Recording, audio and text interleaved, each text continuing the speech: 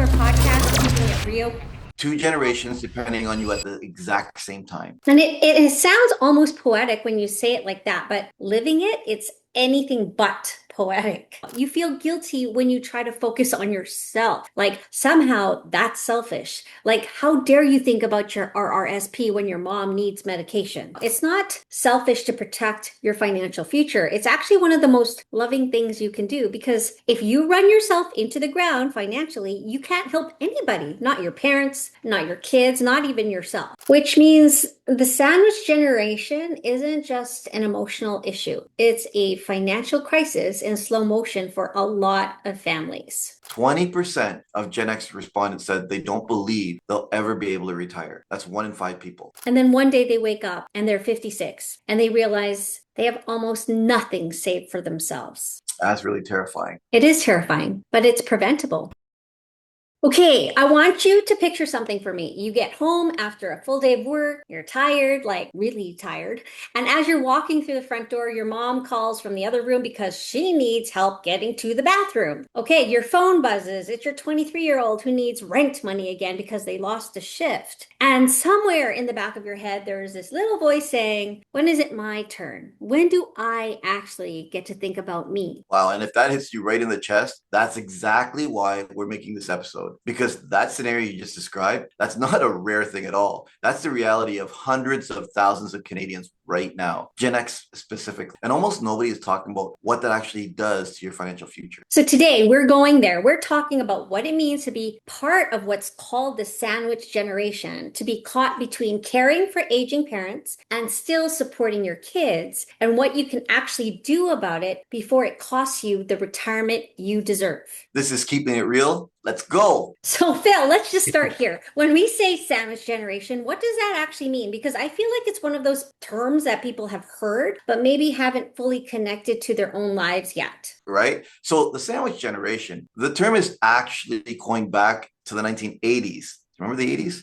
Refers to people who are simultaneously caring for their aging parents and still supporting their own children. They're sandwiched in between. Two generations depending on you at the exact same time. And it sounds almost poetic when you say it like that, but living it, it's anything but poetic. Not even close. And what's interesting is this isn't a small group. Statistics Canada did a study and found that as of 2022, 1.8 million Canadians, or about 13% of all unpaid carriers, were part of the sandwich generation. Now, 1.8 million people, and that number is almost certainly higher now. Oh, it absolutely is, because our population is aging fast. The oldest boomers are in their late 70s now, which means their kids, that's us, Gen X, are right in the peak caregiving phase of life. Yeah. And here's what I want people to hear, because I talk to clients about this all the time. You know what the hardest part isn't? It's not the logistics of it. It's not the scheduling or the driving or the paperwork. The hardest part is the guilt, the constant guilt. Let's say more about that, Irene. Well, you feel guilty when you focus on your parents because your kids need you. You feel guilty when you focus on your kids because your parents need you. And this is the part nobody talks about. You feel guilty when you try to focus on yourself. Like somehow that's selfish. Like how dare you think about your RRSP when your mom needs medication? Yeah, you know what? And that guilt, it has a real financial cost, because when we feel guilty about prioritizing ourselves financially, we stop doing it. We stop contributing to our retirement, we drain our savings, and suddenly we're looking at retirement and thinking, how did I get so far behind? Exactly. And I want to be really clear right now. It's not selfish to protect your financial future. It's actually one of the most loving things you can do, because if you run yourself into the ground financially, you can't help anybody, not your parents, not your kids, not even yourself. You know what? That's actually the airplane oxygen mask principle. Yeah, that airplane oxygen mask principle. Put yours on first. It's not a metaphor. It's survival. You know, and here's the hard truth. We're going to keep coming back to today. The statistics show that 86% of sandwich generation caregivers said their responsibilities negatively affected at least one aspect of their health and well-being. And 66% said it affected their employment, their income, and their ability to save. Which means the sandwich generation isn't just an emotional issue. It's a financial crisis in slow motion for a lot of families. Okay, let's talk about the actual numbers because I think a lot of Gen Xers have a sense that they're behind, right? But they don't quite know how far behind. And sometimes putting a number to it is the thing that finally wakes people up. Right. And I say that with all the compassion in the world, not to scare people, but because knowing where you are is the only way to figure out where you're going. Okay, so let's start here. According to the Bank of Montreal 2026 retirement study, 20% of Gen X respondents said they don't believe they'll ever be able to retire. That's 1 in 5 people. That's a lot. I mean, that stops me every time I hear it. 1 in 5 people in our generation, Phil, have basically written off the idea of retiring. And it's got nothing to do with them being dramatic. Gen X got a pretty raw deal when it came to pension. We entered the workforce right when private sector employers were phasing out defined benefit pension. So we became the first generation where the savings burden fell almost entirely on us. No pension to rely on, just us, our RSPs, and whatever we managed to scrape together. Yeah, and a whole lot of life got in the way of scraping it together. Right? So add to that, the Gen X households between the ages of 46 and 55 carry the highest average non-mortgage debt of any age group in Canada. I'm saying that slowly,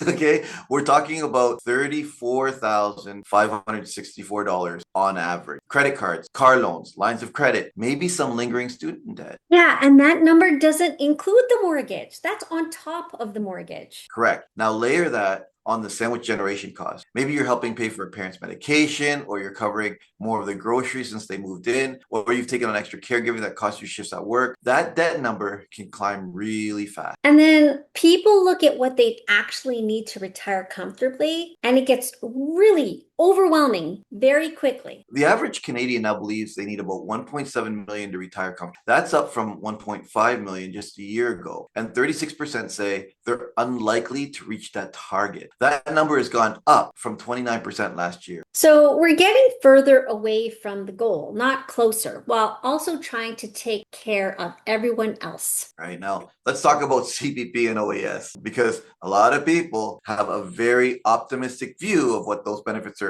actually going to provide. Yeah. Oh, this is such a good one, Phil. I can't tell you how many times I've sat across from a client and they say, "Oh, I'll be fine. I'll just live on CPP." And I have to gently say, let's look at those numbers together. Right. So as of 2026, the maximum CPP retirement pension at age 65 is about $1,500 a month. And here's the key word, maximum, right? That's the most. Most Canadians receive significantly less. The average for new beneficiaries right now is around $925 a month. $925 a month.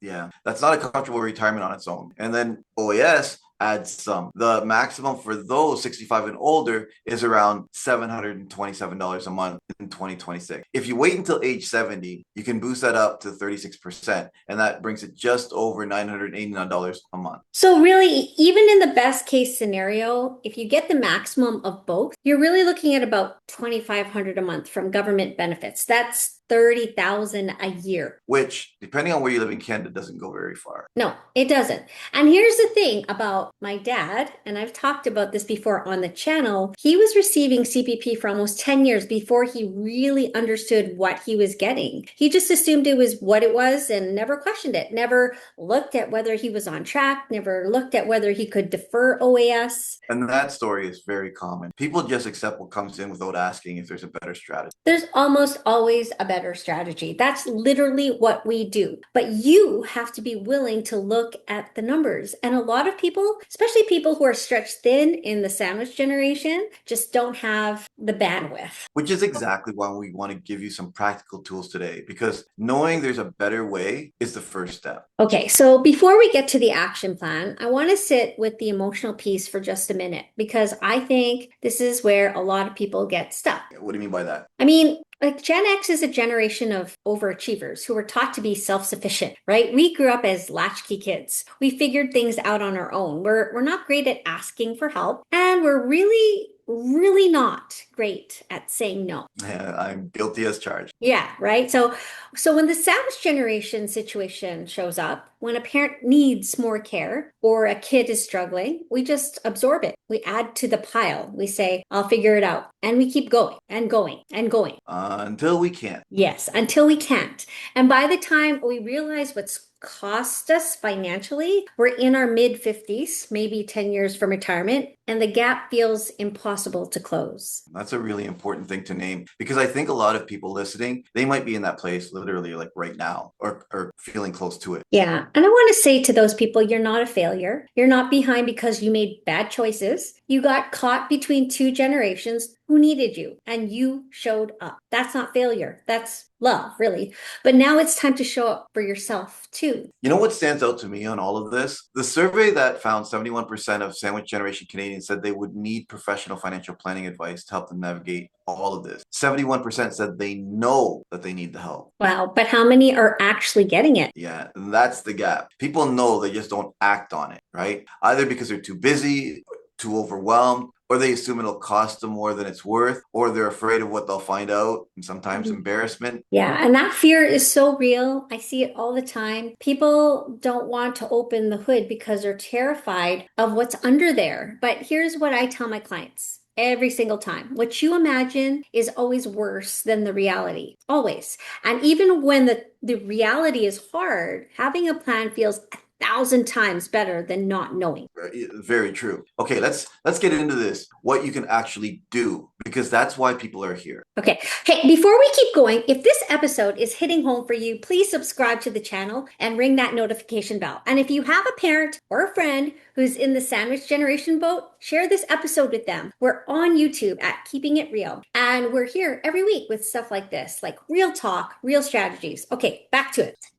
All right. Nice plug-in. Let's get practical, okay? Because everything we've talked about up to now is real. It matters. It's important context. But ultimately, this is a show about what to do. So Irene, where do we start? We start with clarity because you cannot make a plan if you don't know what you're working with. And I know do a budget sounds boring, but I'm not talking about a budget. I'm talking about a financial snapshot. What does your life actually cost right now since your situation changed? And this is key. A lot of people in the sandwich generation are spending significantly more than they were 2 or 3 years ago and haven't actually tallied up the difference. Your grocery bill went up. Your utility bill went up. Gas bill went up. You might be covering prescription costs. These things add up fast and they sneak up on you. Yeah. So step one, get honest about what your monthly outflow looks like right now. Not what it looked like in 2022, like right now, today. Step two, and this one is hard but very necessary. Have the money conversation with your family, with your parents, with your adult kids who are living at home. Everybody at the table. This is a conversation people avoid more than almost any other, guys, because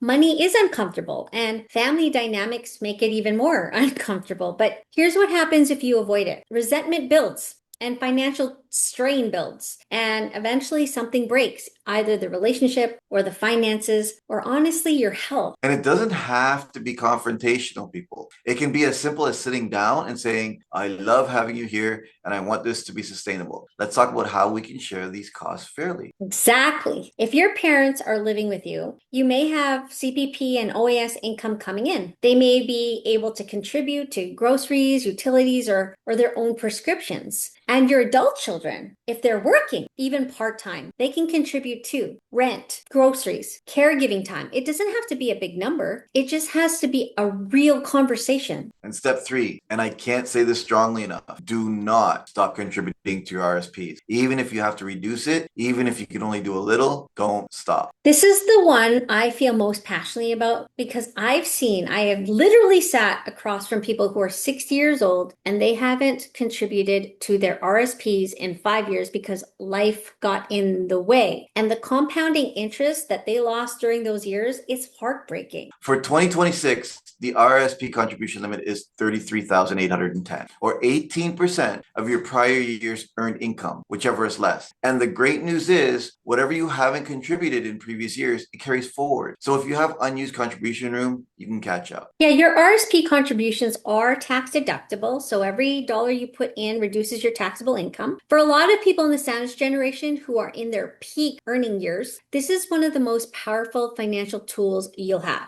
Don't leave it on the table. Yeah, and if your employer offers a group RSP with matching, oh my goodness, please contribute at least enough to get the full match. That is free, people, free money. Leaving that on the table is one of the most expensive mistakes people make. So same goes for your TFSA. The 2026 contribution limit is $7,000. And if you've never opened a TFSA or you've had one but haven't been contributing, the cumulative room since 2009 is 109,000. That is a significant amount of tax sheltered growth available to you. The TFSA is particularly powerful in this phase of life because withdrawals are completely tax-free. So if you end up needing to access those funds later, whether for your retirement or for a caregiving emergency, you're not going to be hit with a tax bill. Yep. So step 4, Phil, and this is one that surprises a lot of people, claim the Canada Caregiver credit. If you're supporting a parent or another family member with a physical or mental disability, you may be eligible for a non-refundable federal tax credit of up to $8,600 per dependent. That's significant. And most people have no idea this even exists. The CRA doesn't exactly put it on billboards. No, it doesn't. And several provinces also have their own caregiver credits on top of the federal one. So talk to your advisor or your accountant, check your eligibility, because that's money back in your pocket at tax time. Step 5, plan ahead for your parents' future needs. I know it's uncomfortable, but have the conversation now about long-term care, about what happens if one of them gets a serious diagnosis, about who has power of attorney. Yeah, this is one of the most important conversations families can have and one of the most avoided. But here's the thing, you cannot set up a power of attorney after someone has lost mental capacity. It has to be done while they're still able to consent. So if your parents are in their 70s right now, this is the time, not next year, like now. A continuing power of attorney for property allows someone to manage financial affairs. A power of attorney for personal care handles health decisions. Different documents, both very important. An estate planning lawyer can walk you through exactly what you need in your province. Alberta has specific rules, just like every other province does. And I always say the cost of setting up these documents is nothing compared to what it costs families who have to go through the courts to get legal authority when something actually happens without them in place.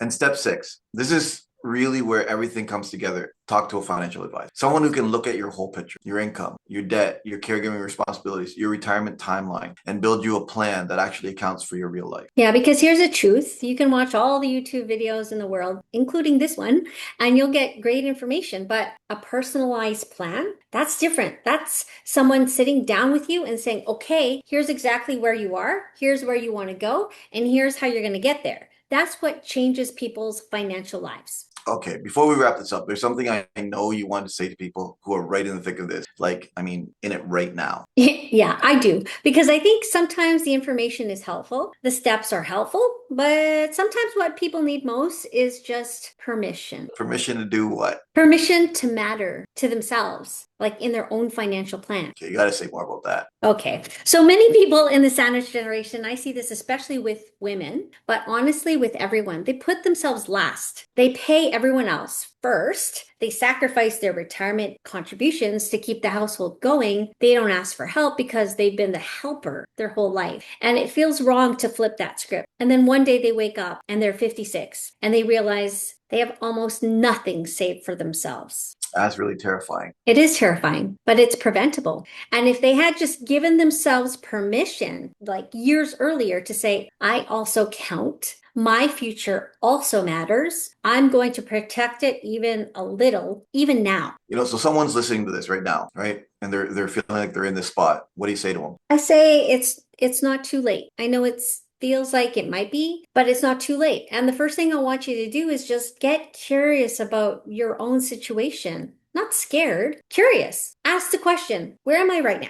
And then ask, what's one thing I can do this week to make it better? Just one thing? Yep, just one thing. Maybe it's opening a TFSA. Maybe it's calling your advisor, Phil. Maybe it's having that family conversation about how to share costs. Whatever it is, just one thing, because one thing leads to another. And that's how momentum gets built. I love that. Small action, 1 foot at a time, real change. Yeah, and I want you to walk away from this episode not feeling scared, but feeling like you have a path forward, because you do. Even if right now it doesn't feel like it, you actually do. All right, let's bring this home. Today we talked about what it really means to be in the sandwich generation. That very real and very stressful experience of caring for aging parents while supporting your kids, all while trying to build your own financial future. Yeah, we looked at the numbers and they're sobering. 1 in 5 Gen Xers don't think they'll ever retire. Average CPP is about $925 a month. The average non-mortgage debt for our age group, Phil, is over 34,000, but we also looked at what you can actually do about it. Get honest about your financial picture. Have the family money conversation. Protect your RSP and TFSA contributions, even when it's hard. Look at the candid caregiver credit. Get powers of attorney in place and get a real financial plan built around your real life. And